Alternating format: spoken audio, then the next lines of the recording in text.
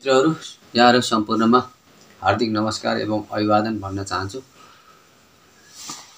आज चाहिँ विशेष गरेर नेपाल राष्ट्रिय जनवादी पार्टीको स्थानीय निर्वाचन सम्बन्धी आफ्नो धारणाहरू प्रकाश पार्न गइरहेको छु। त्यसैले म आज चाहिँ उपस्थित भएको छु। यहाँहरूलाई थाहा छ, विगतमा हामीले कयौं पटक जनसङ्घर्षहरू, जनआन्दोलनहरू, विद्रोहहरू गर्यौं, जनयुद्धसम्म गर्यौं। जे गरिए तापनि कयौं पटक चाहिँ यहाँहरूलाई प्रष्टै थाहा भएको कुरा हो।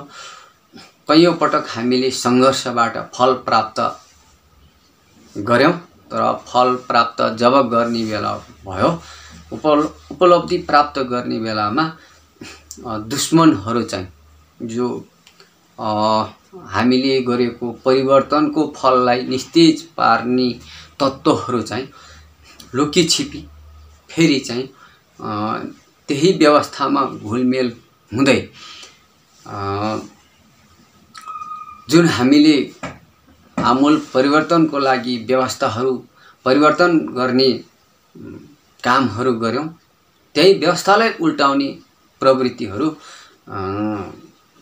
विगतमा कयौं पटक यहाँहरूले पनि देखिसक्नु भएको छ र त्यस्तो अवस्था भएको छ जो चाहिँ मैले उदाहरणको लागि राणाकालमा लिन सकिन्छ। राणाकाल चाहिँ अन्त्य गर्नको लागि 2007 सालमा चाहिँ जनआन्दोलनले सफलता प्राप्त भयो, तर त्यसपछि के पायो त 2017 सालमा त फेरि पञ्चायती व्यवस्था लागू भयो। त्यो किनकि राणा शासन चाहिँ अन्त्य गर्ने र फेरि त्यतिखेरको शब्दावलीमा जो प्रजातन्त्र भन्ने गर्छ, प्रजातान्त्रिक व्यवस्था प्राप्ति त भयो, त्यसलाई जोगाउने खालको एउटा सत्ता निर्माण गर्ने क्रममा त्यो राणा को समर्थकहरू नै त्यतिखेरको प्रजातान्त्रिक व्यवस्थामा समाहित भयो र त्यसपछि त्यही प्रजातान्त्रिक त्यतिखेरको तत्कालीन प्रजातान्त्रिक व्यवस्थालाई नष्ट पार्ने कोसिस गर्यो। फलस्वरूप पञ्चायती व्यवस्थामा पुग्यो। पञ्चायती व्यवस्था हुनु पुग्यो, यहाँहरू सबैलाई जानकारी भएको कुरा हो। त्यसपछि हामी पञ्चायती व्यवस्था अन्त्यको लागि 2046 सालमा हामीले जनआन्दोलन गर्यौं, सिर्जना गर्यौं। सम्पूर्ण नेपाली जनता उर्लिनु भयो आमूल परिवर्तनको लागि। तर 2047 मा संविधान बन्यो। 2046 को जनआन्दोलनले 47 मा संविधान बन्यो, तर त्यो पनि उपलब्धिमूलक भएन, किनकि नेपाली जनताले 2046 सालको जनआन्दोलन, जनविद्रोहले एक प्रकारको चाहिँ उभार ल्याउन खोजिएको थियो। तर जब त्यसपछिको सत्तामा रहँदा जो चाहिँ पञ्चायती व्यवस्था अन्त्य गरेको मानिसहरू बस्नु पर्थ्यो, बस्यो, तर ती पञ्चायती व्यवस्थाको माहिर खेलाडीहरू पनि त्यतिखेर फेरि बहुदलीय प्रजातन्त्रमा भनेर घोषणा आइपुग्यो र त्यो व्यवस्थालाई नै तहस नहस गराउन पुग्यो। त्यतिखेरको इतिहासले यहाँहरूलाई बुझाउँदछ, यहाँहरूले सुनिराख्नु भएको छ, देखिराख्नु भएको छ। पछि त्यो सत्ता फेरि राजाले हातमा लियो र सत्ता फेरि यो 46 सालको बहुदलीय प्रजातन्त्र भन्ने सत्ता पनि राजाले हातमा लियो र राजतन्त्रात्मक भयो। त्यसपछि नेपाली जनताहरू फेरि भएन, यो पुगेन भनेर अब चाहिँ अलि विशेष गरेर अलि नेपाली जनता पनि परिवर्तनको सिलसिलामा जानकारहरू हुनुभयो, सबै विज्ञ हुनुभयो। नेपाली जनताहरू जो चाहिँ आन्दोलन गर्न पनि सिपालु र सत्ता बसाउन पनि सिपालु भन्ने चाहिँ साथीहरू हुनुहुन्थ्यो। त्यही क्रममा हाम्रो चाहिँ फेरि राजतन्त्रको अन्त्य र गणतन्त्र स्थापनाको लागि भनेर हाम्रो जनयुद्ध र जनआन्दोलनहरू भयो। यहाँहरूलाई थाहा छ, 2052 देखि 10 वर्षीय जनयुद्ध भयो। त्यो जनयुद्ध र जनआन्दोलन फेरि 62-63 मा चाहिँ फेरि जनआन्दोलन सुरु भयो। जनयुद्ध र जनआन्दोलनको बलले एउटा फल प्राप्त भयो, त्यो चाहिँ तपाईको राजतन्त्रको अन्त्य र गणतन्त्रको स्थापना भयो। तर नेपाली जनताले चाहेको चाहिँ गणतन्त्रको स्थापना मात्रै होइन, गणतन्त्रको साथमा आमूल परिवर्तन, नेपाली जनताको आमूल परिवर्तन चाहेको थियो, जो चाहिँ समाजवाद हुँदै साम्यवादतर्फ उन्मुख हुन चाहन्थ्यो। नेपालमा साम्यवादको अवस्था सृजना गर्न चाहन्थ्यो कि गणतन्त्रात्मक सरकारले साम्यवादको सृजना गरोस् भन्ने चाहना नेपाली जनताको, नेपाली दाजुभाइ दिदीबहिनीहरूको थियो। तर त्यो चाहना पनि तुषारपात भएको छ। अहिले खास गरी कसरी भन्नुहुन्छ भने त्यो गणतन्त्रात्मक त्यतिखेरको अन्तरिम सरकारले संविधान सभाको व्यवस्था गर्यो र संविधान सभाबाट चाहिँ नेपाली जनताले अब आमूल परिवर्तनको खाका कोर्नेछ र त्यसमा सत्ता सम्हाल्नेछ नेपाली जनताले। र त्यो सत्ताले चाहिँ सम्पूर्ण देशवासीलाई चाहिँ एउटा चाहिँ समानताको आधारमा, जस्तो आदिवासी जनजातिको सवालमा, दलित महिलाको सवालमा, सम्पूर्ण उत्पीडितहरूको सवालमा, किसानहरूको सवालमा, भूमिहीनहरूको सवालमा, सुकुम्बासी मजदुरहरूको सवालमा आमूल परिवर्तन ल्याउने चाहना र इच्छा नेपाली जनताको थियो। फेरि सोच पनि थियो।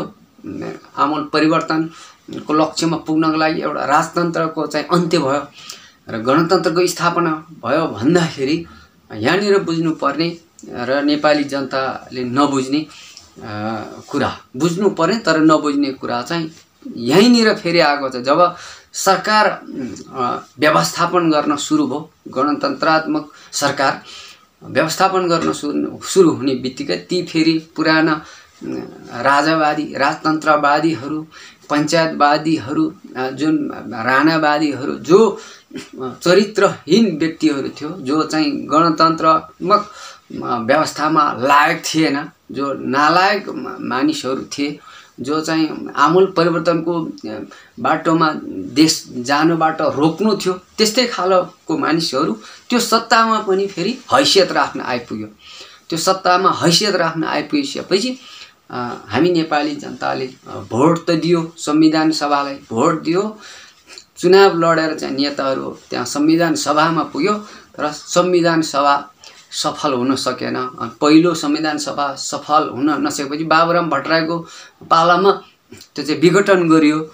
अब त्यसपछि अर्कै बाटो रूप लिनु पर्थ्यो। नेपाली जनताले चाहिएको त्यही थियो, तर त्यो बाटोमा हिँड्न सक्ला नेपाली जनताहरू, हिँड्न पुगिएला भनेर फेरि टाठाबाट केही फटाहरू मिलेर दोस्रो संविधान सभाको परिकल्पना गर्यो। त्यो चाहिँ खिलराज रेग्मीको अध्यक्षतामा सरकार बनाएर, तपाईँ हामीले ठ्याक्कै बुझ्न सकिने कुरा चाहिँ के छ भन्नुहुन्छ भने त्यत्रो लडाई लडेर जनआन्दोलन गरेर चाहिँ राजतन्त्रको अन्त्य, गणतन्त्र स्थापना भएको ठाउँमा कसरी चाहिँ एक व्यक्ति दुई पद धारण नगर्न पुग्यो, त्यो चाहिँ त्यहीँबाट थाहा हुन्छ कि जो खिलराज रेग्मी, अरू कसैले सम्हाल्न नसकेर खिलराज रेग्मी चाहिँ प्रधानमन्त्रीको स्थानमा पुग्न पुग्यो, जो चाहिँ प्रधान न्यायाधीश पनि थियो। अब अरू साधारण मानिसहरूको हकमा भने एक व्यक्ति दुई पदमा रहन मिल्दैन, जो उनी चाहिँ प्रधानमन्त्री पनि बने, प्रधानमन्त्रीको सिटमा पनि बस्यो, जसले अध्यक्ष भन्छ। त्यतिखेरको चाहिँ यो खिलराज रेग्मीको अध्यक्षतामा मन्त्रीमण्डल बन्यो। ऊ चाहिँ फेरि प्रधान न्यायाधीश पनि थियो र त्यो अध्यक्षतामा बनेको मन्त्रीमण्डलले संविधान सभाको चुनाव गरायो, निर्वाचन गर्यो, त्यसपछि जित्यो। त्यस्तै खालको मानिसहरू घुस पेस अनेक गरेर जितेर गयो र त्यो संविधान बन्यो। त्यही संविधान हो अहिले। त्यसैले यो संविधानलाई हामीले खिलराज रेग्मीको अध्यक्षतादेखि सुरु भएको भएर यो संविधान हामीले अपुरो अधुरो भन्छौँ। कतिपय मित्रहरूले त कालो संविधान भनेर पनि भन्छ, यहाँहरूले जानकारी भएकै कुरा हो। तैपनि यो अपुरो अधुरो संविधान भए पनि यो व्यवस्थामा पनि हामीले केही चाहिँ आफूले पाएको हक मध्येका केही अंशहरू चाहिँ लिन सकिन्छ, किनभने समाजवाद र साम्यवादतर्फ जान चाहिँ अझै बाटो लामो छ भनेर हामी केही मित्रहरूले चाहिँ यहीँ चाहिँ पनि केही सुधारात्मक व्यवस्थाहरू गर्न सकिन्छ भनेर सबै अल्मलिरहेको छ। अहिले अल्मलिरहेको मात्रै हो, अनि यो त समाजवाद पनि होइन र साम्यवाद पनि होइन। मुखले बोलेको समाजवाद उन्मुख हुनसक्छ, त्यो चाहिँ प्रचण्डले केपीले बोलेको मात्रै हुनसक्छ।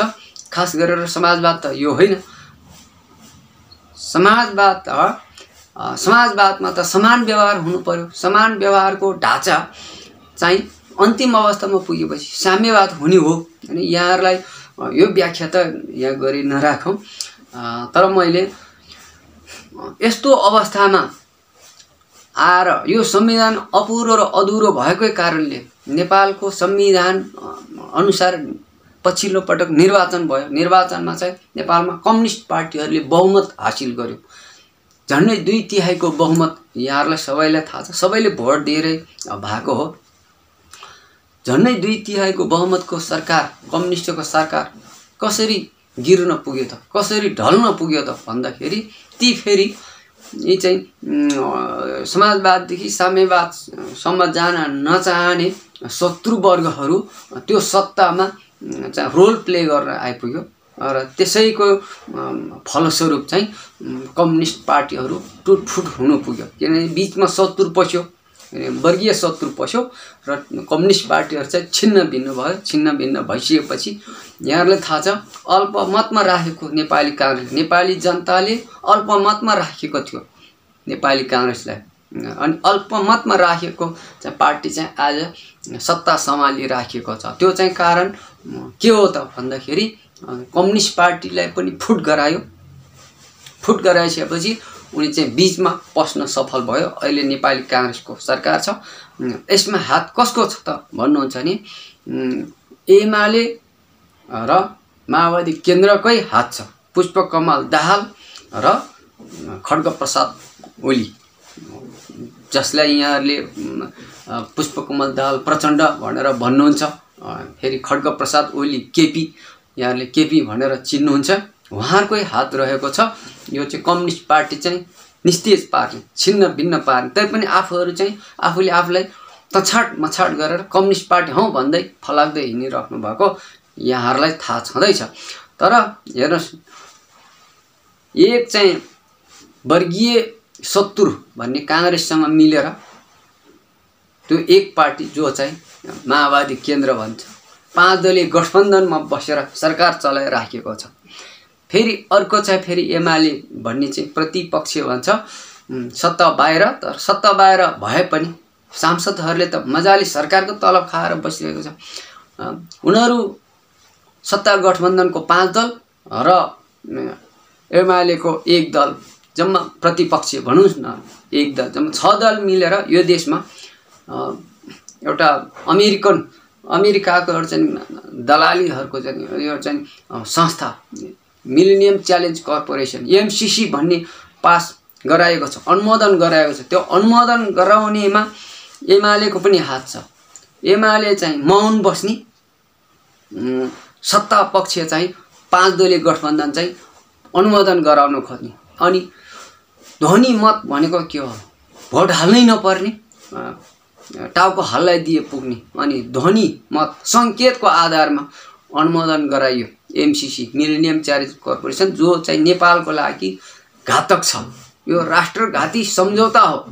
त्यसैले यसको चाहिँ ढाकछोप गर्न यो नेपाली जनताले MCC को विरोध गर्नलाई चाहिँ उर्लिन लागेको थियो, उर्लिरहेको थियो। हामी साना दलहरू, नेपाल राष्ट्रिय जनवादी पार्टी लगायतका साना दलहरू र नेपाली जनताको साथ हामीले आन्दोलन त गर्यौं, तर हाम्रो आन्दोलनले केही सिप लागेन। उनीहरूले अनुमोदन गरेर छोडियो।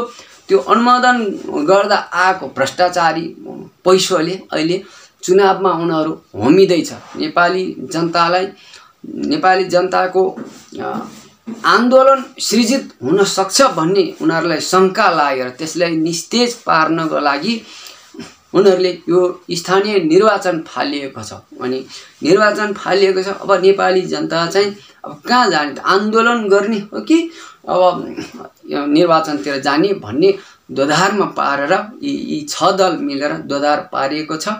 अनि दोधार पारिएको बीचमा यहाँहरूलाई अरू कुरा त मैले अरू समयमा जानकारी दिउँला, तर आज चाहिँ अब हामीले के गर्दैछौँ भन्ने सन्दर्भमा हो। यसै विषयलाई मध्यनजर गर्दै हाम्रो पार्टीले पनि जनसमुदायहरू, कार्यकर्ता मित्रहरू सम्पूर्णको लागि एकमुष्ट रूपमा हामीले प्रेस विज्ञप्ति यहाँ जारी गर्न लागिरहेको छु। म त्यसैले यहाँहरूमा आइरहेको छु। हाम्रो नेपाल राष्ट्रिय जनवादी पार्टीले भर्खरै केन्द्रीय कमिटीको निर्णय सार्वजनिक गर्न लागेको हो। हामीले छलफल सक्यौं। त्यसपछि प्रेस वक्तव्य पढेर सुनाउन गइरहेको छु। म चाहिँ यो प्रेस वक्तव्य यहाँहरूमा पढेर सुनाउन चाहन्छु। त्यसपछि यहाँहरूले टिका टिप्पणी गर्नुहोला, लाइक कमेन्ट सेयर गर्नुहोला भन्दै म फेरि यो प्रेस विज्ञप्तितिर चाहिँ लाग्न चाहन्छु। स्थानीय निर्वाचन सम्बन्धी प्रेस वक्तव्य, नेपाल राष्ट्रिय जनवादी पार्टी केन्द्रीय कार्यालय काठमाडौँ, अहिले चाहिँ 2079 वैशाखको 11 गते। अब म सरस्वती पढेर सुनाउन गइरहेको छु। झन्नै 2/3 नजिक बहुमतका साथ नेपाली जनताले नेपाल कम्युनिस्ट पार्टीलाई विजयी गराएको थियो। त्यसलाई समेत व्यवस्था गर्दै पुष्पकमल दाहाल प्रचण्ड र खड्ग प्रसाद ओली केपीको स्वार्थका कारण नेपाल कम्युनिस्ट पार्टी फुटको स्थितिमा पुग्यो र नेपाली जनताको साम्यवादको आशालाई तुषारापात गरायो। त्यही मौका छोपी हाल कांग्रेस सरकारले यो देशमा राज गरिरहेको छ। माओवादी केन्द्र विगतमा वर्गीय शत्रु ठान्ने कांग्रेससँग घाँटी जोडेर सत्ता साझेदार गरिरहेको छ। सत्ता साझेदारमा 5 दलीय गठबन्धन रहेको छ। सत्ता पक्ष र विपक्ष एमाले मिलेर अमेरिकन साम्राज्यवाद विस्तार गर्न बनेको सञ्जाल एमसीसी मिलेनियम च्यालेन्ज कर्पोरेसन ध्वनि मतका साथ अनुमोदन गराएको छ। नेपाल राष्ट्रिय जनवादी पार्टी र केही साना दलहरू नेपाली जनताका साथ मिलेर सरकारले गरेको कुकृतिहरूको विरोध त गर्यो, तर केही पनि नतिजा प्राप्त गर्न सकिएन। 5 दलको सरकार र प्रतिपक्षी एमाले मिलेर नै नेपाली जनतामाथि ढाडछलको कार्य गर्दै आइरहेको छ। एमसीसी को विरोधमा नेपाली जनता आन्दोलित हुन सक्ने आशंकाले त्यसलाई निस्तेज पार्न स्थानीय निर्वाचनको खोस्टा फालेको छ र त्यही खोस्टामा स्थानीय जनता आकर्षित गराइएको छ। सर्वसाधारण स्थानीय जनता अहिले ती खोस्टा टिप्न तछाट मछाट गरिरहेको छ। आखिरी त्यो खोस्टा मात्र हो, झरिलो भरिलो फल 6 दल मिलेर बाँडिरहेको छ, खाइरहेको छ, अर्थात् उपभोग गरिरहेको छ। नेपाली जनताको मत भोटलाई सत्ता पक्ष र विपक्ष 6 दलको साँठगाँठमा काम नलाग्ने खोस्टा बनाएको छ। यो कुरा हालसालैको अवस्थाबाट छर्लङ्ग हुन्छ। मैले यहाँहरूलाई अगाडि नै ब्रिफिङ गरिसकेको छु।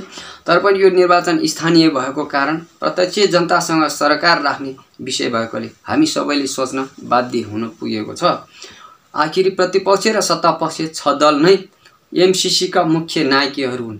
ती नायकहरू हाम्रो गाउँघरमा भोट माग्न आउने छैन, किनकि उनीहरूले समग्र नेपाली जनता र देशमाथि नै कुठाराघात गरिरहेको छ। ती दलाल र गद्दार गाउँ बस्तीमा नआए पनि तिनीहरूको मतियार बढेर दलाल र भ्रष्टाचारीहरूको कुकार्यले ढाकछोप गर्दै गाउँघर टोल छिमेकै आफन्त इष्टमित्रहरू तपाईहरूको अमूल्य भोट माग्न आउने छन्।